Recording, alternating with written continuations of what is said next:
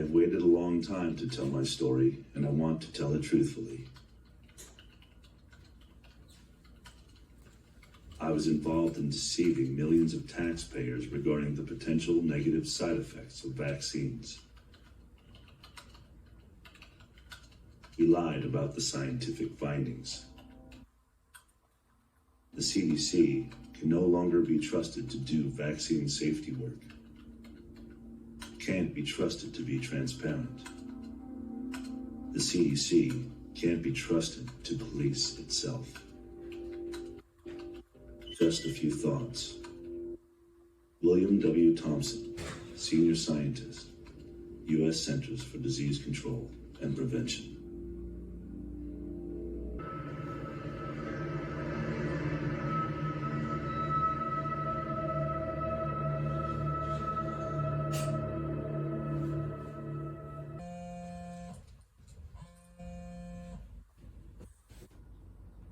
Hello? I was sitting at my desk where I teach at Simpson University. My phone rings, and it's Dr. William Thompson. Brian, you and I don't know each other very well. I don't know how this is all going to play out. You have a son with autism, and I have great shame now when I meet families with kids with autism, because I have been part of the problem. My son, Stephen, was born in February of 1998. Steve, what does the cow say? Tweet, tweet. Doggy. 2 weeks after his 15-month vaccines, then he lost all language. He lost all eye contact. You'd pick him up and he would just hang limp. This is a time where CDC was just starting to do these studies on vaccines and autism. As a scientist, I have over 60 technical and scientific publications in major international scientific journals. And I was contacting the CDC and was deeply critical of their studies. And so the CDC decided that the scientist who was going to interface with me at that time was Dr. William Thompson. Because I was on his back, because he didn't like what I was saying about the statistics, I received a letter from a CDC attorney in 2004 saying that I was no longer permitted to contact the CDC. Fast forwarding to 2014, Thompson said to me, Brian, if you listen to me and if you do what I tell you to do, I can guarantee you will be able to access a treasure trove of data, and I would like to guide you through these steps.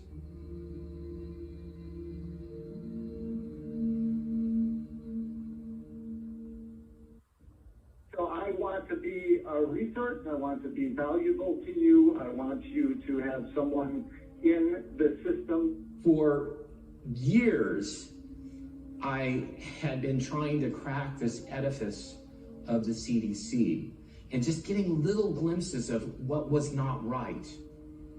The CDC has put the research 10 years behind. Because the CDC has not been transparent, we've missed 10 years of research because the CDC is so paralyzed right now by anything related to autism.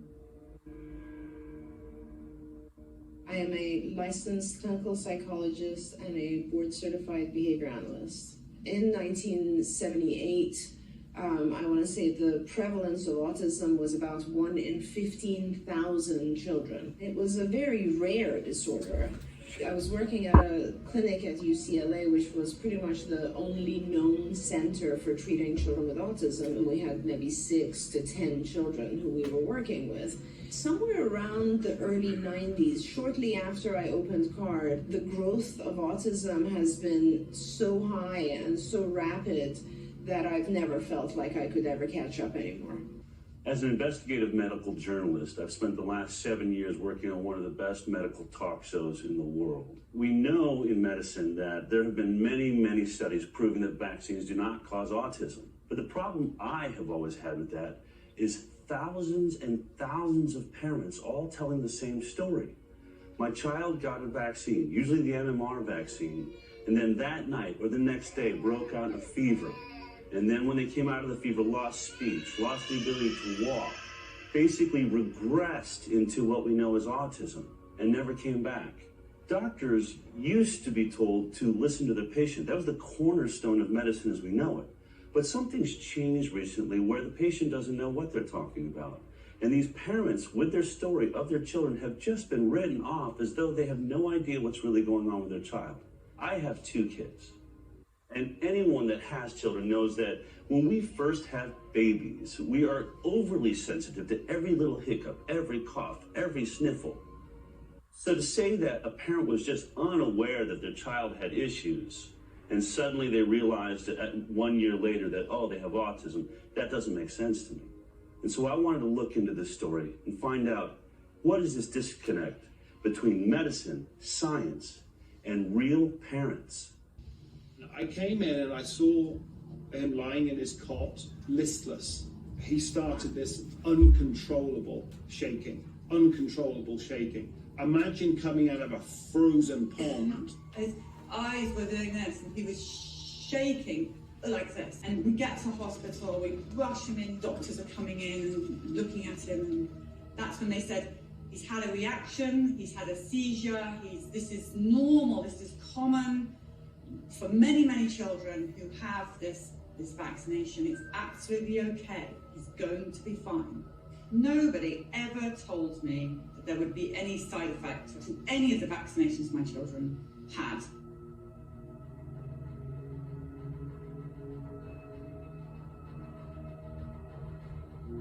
Following his febrile convulsion that he had the same day of the MMR, we were told to take him home. He slept in the bed with us for the night. He seemed just very, very sleepy. In fact, he didn't really ever wake up to the Billy that we had before. For me, it became really necessary to start looking at what types of medical issues are these children going through? What are the other factors that have affected them, that have brought them to this level of symptomology that we call autism? This is now probably the mid-90s. I came to notice that there was a very high use of antibiotics amongst these children. But B, what became pretty interesting was seeing the number of families who were reporting that their child had a regressive type of behavior occur right after their vaccinations. A lot of these parents were showing me footage of their children who had been completely developing normally until 18 months, and then all of a sudden post-vaccination had developed incredible regression. Children who had speech anywhere close to 50 to 100 words and had completely lost all of their words. Children who were extremely attached and interactive with their parents and had suddenly become isolated, no longer responding to their own name. And this was all happening right after their MMR vaccines. My oldest son, Ian, was born normal, developing normally. He was this beautiful boy, and we ended up at our 12-month visit, which is his 1 year. Then they gave him multiple vaccines at once. And within 7 days, he had 104 fever and a rash all over his body. He had previously been noted in our videos, home videos, that he was walking and actually running at that point. 7 days after the vaccine, he was no longer able to do that.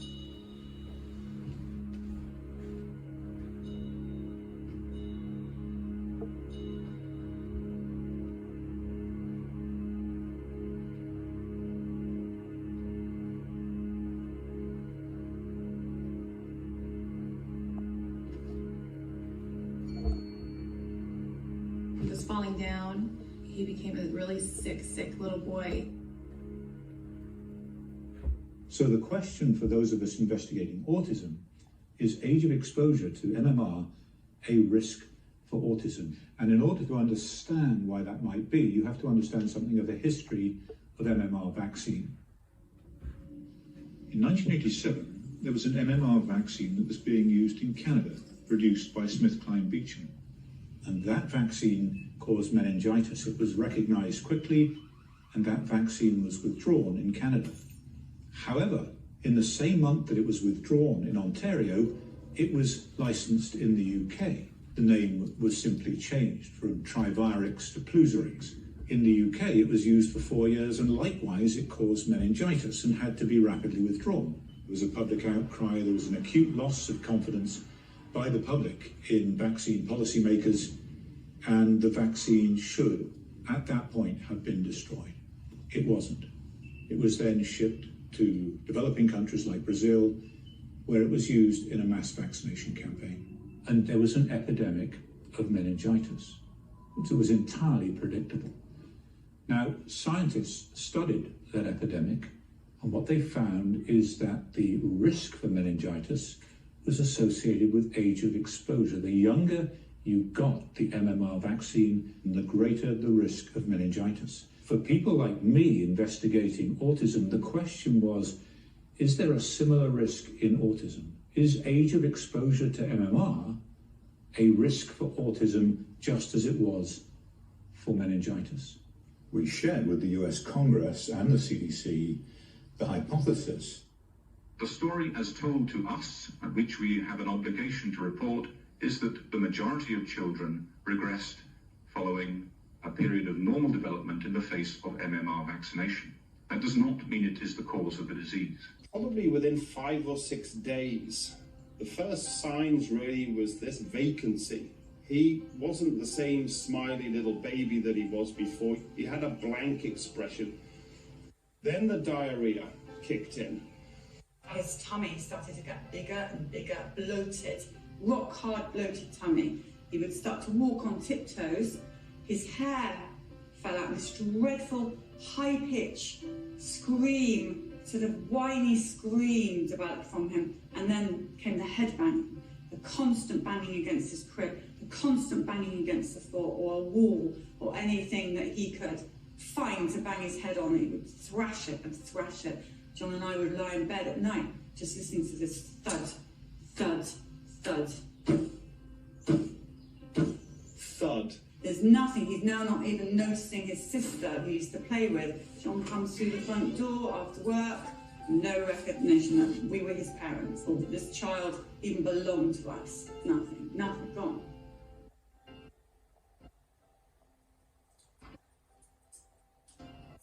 I mean, that was the time where our boy changed from what he was to a real tragic case of a child who regressed into this autistic state and lost everything. Lost everything.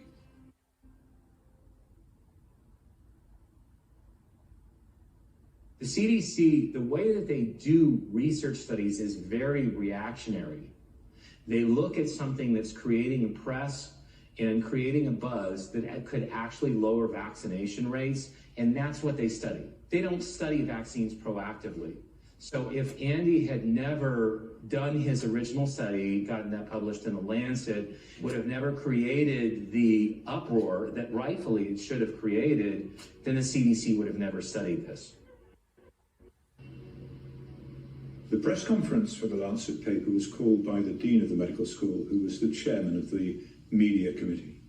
Temporal association between MMR and autism was initially made in the United States. I had done an extensive research into measles vaccine safety and MMR vaccine safety in the pre-licensing phase. In other words, what safety studies had been done before these vaccines were put onto the market and into children. A 250-page report was compiled by me showing that the vaccine safety studies for MMR in particular were lamentable. They were lamentable. Many assumptions have been made about the safety of this vaccine, and there had been problems which had been airbrushed. So I wrote to my colleagues and the Dean, and I said, going forward, there are going to be questions about what parents should do next.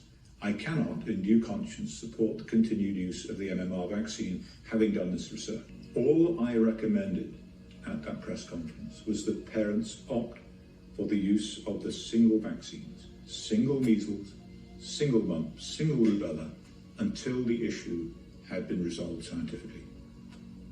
What happened when I made that recommendation?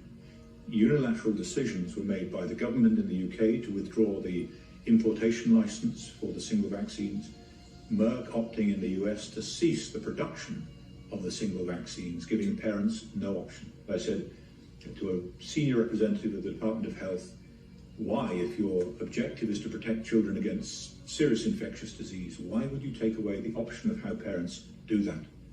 And she said, because if we allowed parents the choice of single vaccines, it would destroy our MMR program. In other words, the concern was for the protection of the program over and above the protection of children. No one's career has ever been advanced in the medical industrial complex by being outwardly and openly critical of the vaccine industry. I'm Mark Vaxxed, father of a daughter diagnosed with autism back in 1998.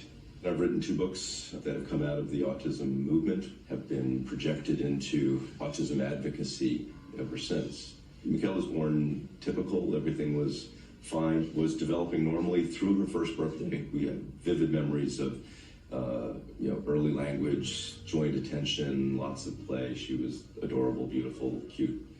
And then somewhere in the months after, she began to slip away and she lost language and she began to retreat into a world of her own. And at 2 years, 9 months, we got a formal diagnosis of full syndrome autism.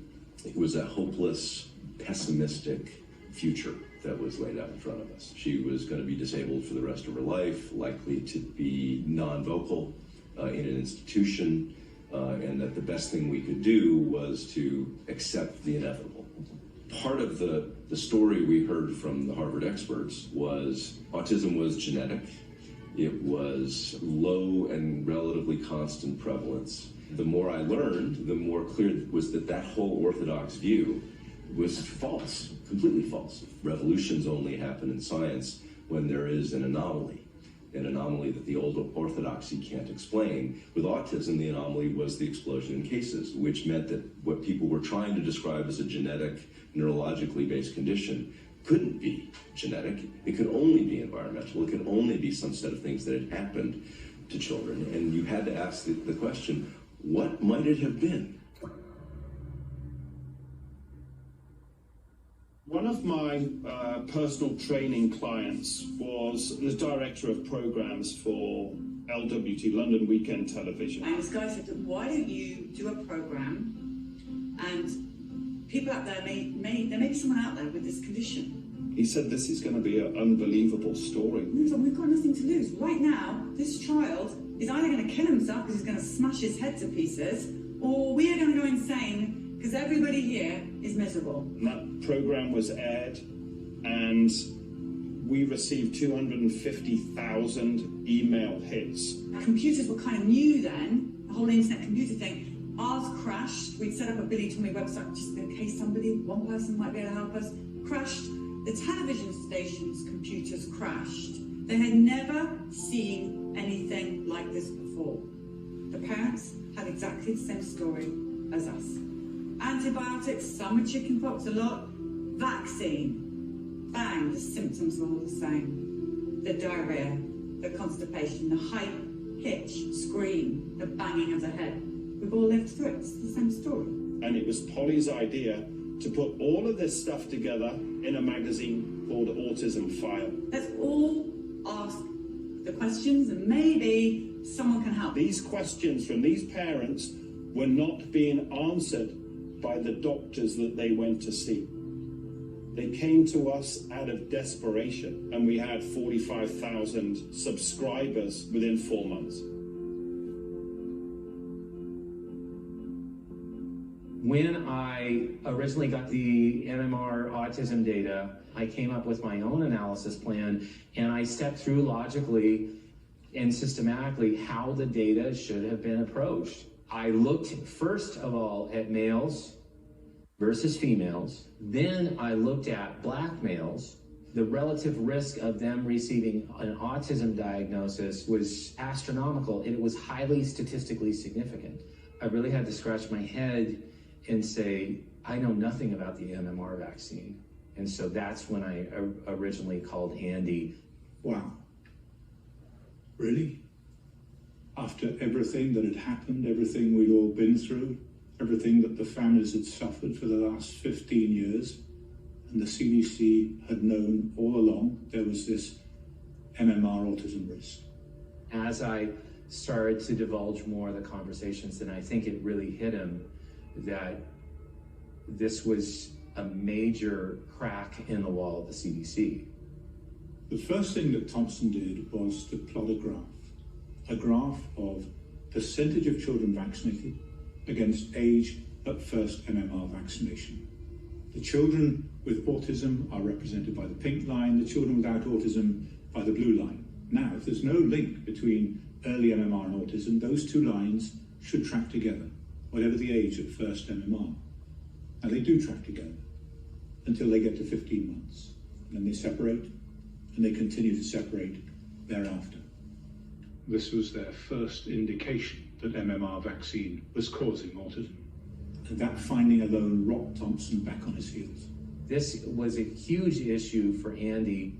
So I said to Brian, are you recording these conversations? Recording phone conversations was not really palatable to me. It almost seemed cruel. The whistleblowers can disappear as easily as they came. They're like a fish on a hook. And your job is to get them into the boat.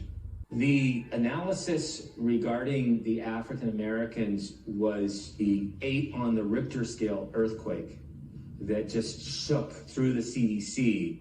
Very high risk of autism in African American children. But here's the thing, we know that autism is 4 times more common in boys. And so to see that effect mirrored in the African American children was a compelling finding. When I looked at African American males only, the relative risk was 3.36. It just blew my mind. And that's when I wanted to call Bill Thompson on the phone.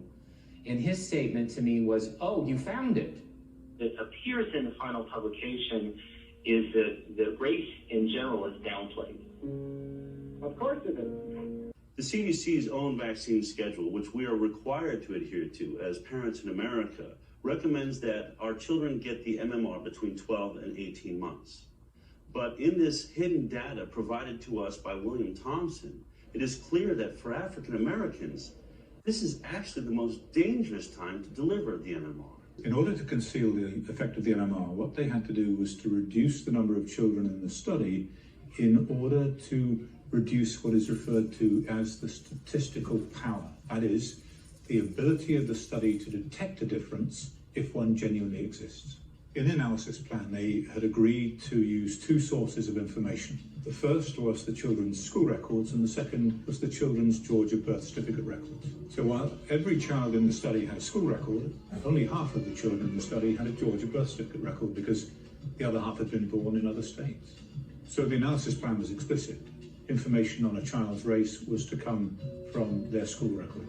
But when confronted by data that revealed an increased risk of autism in African American children, so they deviated from their analysis plan. They chose to get the race data not from the school record, but from the Georgia birth certificate record. Instead of having 3,000 individuals in the study, it went down to about 1,800. The relative risk went down from 2.64 to 1.8, but more importantly, that relative risk was no longer statistically significant. I now ask you to step forward to receive your prize from the hands of His Majesty the King.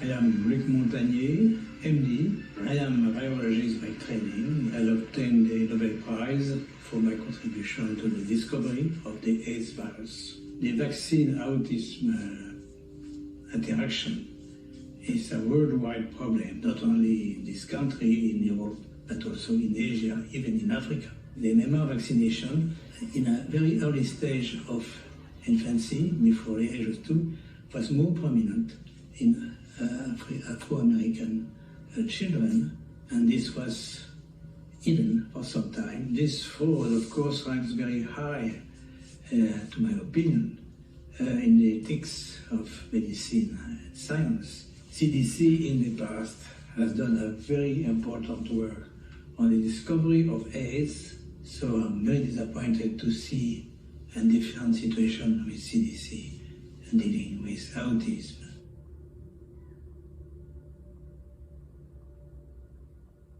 Shortly after Julie Gerberding became head of the CDC, I began to communicate with her and ask her to come to my office. There didn't seem to be objective research going on. There was the CDC trying to promote vaccination for children, and then they were doing the safety research themselves. In CDC's judgment, the best public policy is to continue vaccination unchanged while aggressively working to try to identify causes of developmental disabilities. The CDC, I just thought, was institutionally conflicted.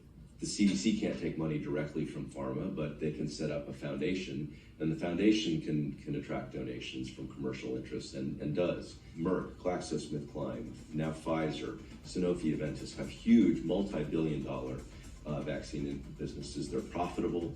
They've grown because some of these new high-tech vaccines that are patented, that are high-priced, yet protected by this little cocoon of regulatory capture in HHS, and are guaranteed multi-billion-dollar franchises.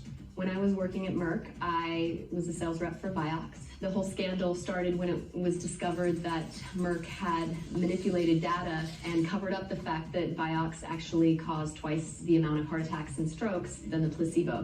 What I learned from that experience was just because things are on the market does not mean they are safe. I think we get into a very dangerous territory with vaccinations.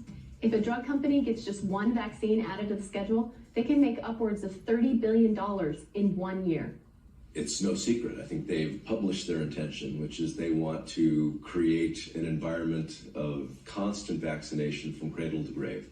They want infant vaccines, expanded flu shots, DTaP boosters, Gardasil shots, meningococcal shots. They want adult vaccines. They want you and me to come in and get a constant barrage of shots. And then they want vaccines for the elderly. So what do vaccines do? Vaccines build up your immune system and make you stronger to fight off disease. Are vaccines safe? Yes, studies involving millions of children have shown no connection between vaccines and autism. Stick to the schedule. Do vaccines cause autism? In the last 30 years, the childhood vaccine schedule has tripled, while the U.S. autism rate has skyrocketed from 1 in 10,000 to 1 in 50. Dozens of published research papers show that yes, vaccines and autism are linked. Yet the debate rages on, in part because of the 1986 National Childhood Vaccine Injury Act, passed by Congress as a result of pharmaceutical lobbying. It shields drug companies from liability for injuries and deaths caused by the vaccines they manufacture. Vaccines that the federal government admits are unavoidably unsafe.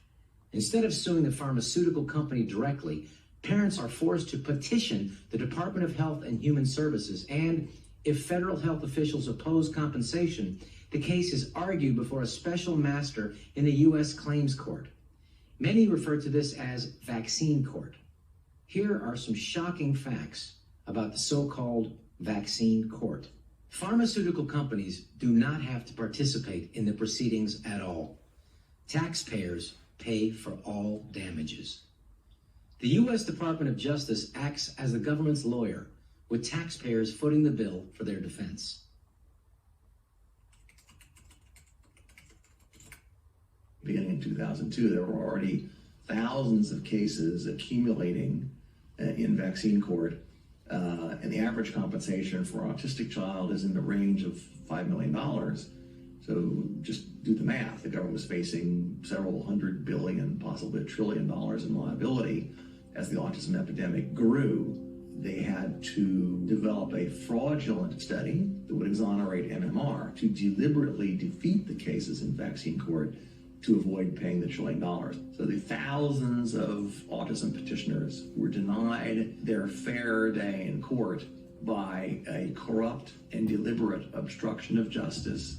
It is one of the most unethical medical decisions of all time, because it was made with knowledge to sacrifice these children as a direct affront to the congressional mandate that they all be compensated.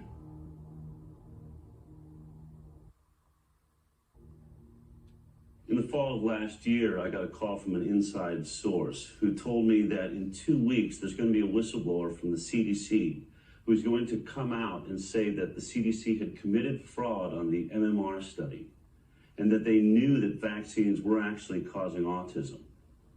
I mean, that's a huge story. Unfortunately, it was a story I would not be able to tell on a medical talk show because a lot of our funding was coming from the pharmaceutical industry. And we were also very good friends with the CDC, who had appeared on our show many, many times.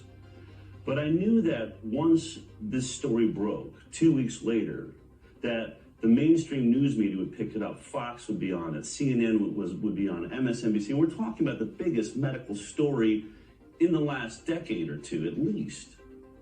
So that 2 weeks came. I saw the video that was posted by Andrew Wakefield and Brian Hooker, and I heard the words of William Thompson and his confession. Oh my God, I cannot believe we did what we did. But we did. It's all there. It's all there. And I watched the blogosphere go crazy. Tweets, Facebook, social media, everybody talking about it. But not one mainstream media source went anywhere near the story. In fact, on CNN, someone put the story up on iReport and CNN took it down. And at that moment, I realized, wait a minute. Not only is my medical talk show being produced by the pharmaceutical industry, all of television is. We were never going to get this story. We have a highly profitable product because the safety testing isn't as rigorous as a normal pharmaceutical drug. The gold standard is double-blind, placebo-based, long-term study, and that just isn't done with vaccines because they're classified in a different way as a public health measure. And they haven't been tested in combination with other vaccines.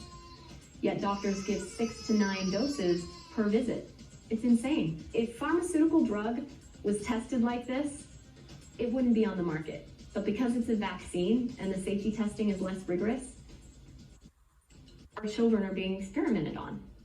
There's millions of me's, there's millions of polytomies with vaccine-damaged children. I am telling you this because I do not want you to live the life that I've led. I do not want you to go through the pain. I do not want to see you suffer or your family suffer. That is why I'm telling you. I have no other reason to tell you about it. It's not my concern. My kid's already damaged. The virus is roaring back into the headlines tonight. An outbreak somehow traced to someone who had probably caught measles abroad, visited Disneyland, and may have sneezed. Measles on the march in America. This outbreak is showing no signs of letting up. There are already more cases this year than there were. The number tripled to 644 measles cases reported in 27 states. And I mean, is this all basically because of the anti-vaccination movement, because parents aren't vaccinating their kids?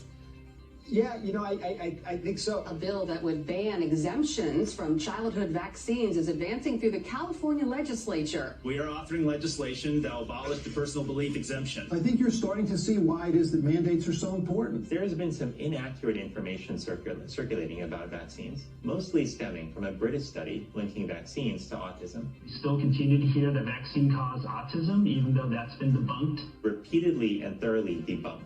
You may have heard vaccination causes autism in 1 out of 110 children. Fuck that. Total bullshit. It doesn't. The bill requiring children to be vaccinated has passed with bipartisan support. Every child must meet immunization standards before joining public schools, private schools, and daycares. I would strongly encourage everybody, look at the science, look at the facts. CDC, the Center for Disease Control, can give you good information. Get your children vaccinated. The CDC can no longer be trusted to do vaccine safety work. Can't be trusted to be transparent. The CDC can't be trusted to police itself.